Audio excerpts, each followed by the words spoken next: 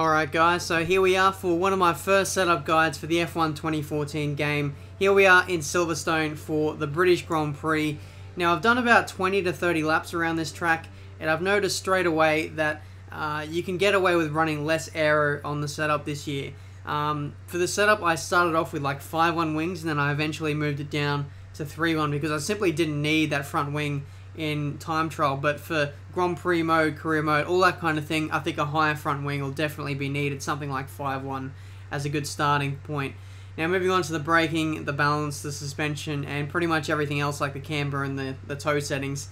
They're pretty much all the same for just about every other track on this game, so that's pretty much what you could expect. So here we go, on track now, and we're going to test out this setup to see how it feels and what it can do in terms of lap time. So just one thing to note, that the times this year are much slower in comparison to F1 2013.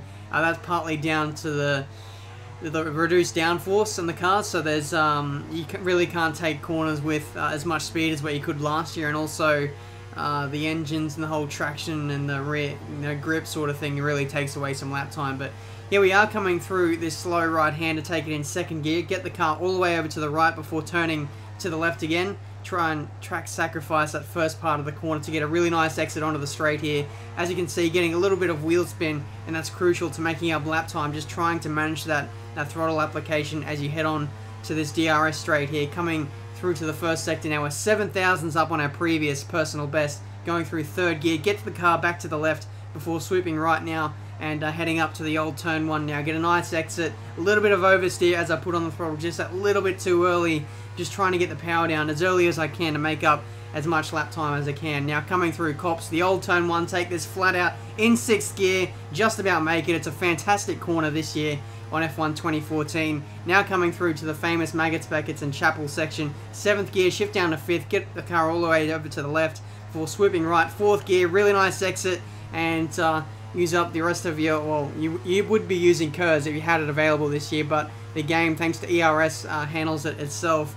But now coming through for the final sector now, just closing up the lap, 4th gear through, I think that's Stowe, I'm not too sure, but now coming up to the club section, brake at the 100-meter board, 2nd gear, turn the car to the left, and then try and get a nice exit onto the final corner, and that is a hot lap of Silverstone, a 132.774, and a fairly good lap time in the end. I believe when I set this lap time, it did put me top of the leaderboards, but I believe it might have been bettered already, thanks to other people playing the game. But fairly good setup, very good starting point if you don't have a setup. Running no assists as always, and if you have any questions about my setups or anything like that, and leave it in the comments below. I'll try and answer as many questions as I can. So that's been this video for today. If you're new to the channel, make sure you subscribe and like the video if you enjoyed it as well.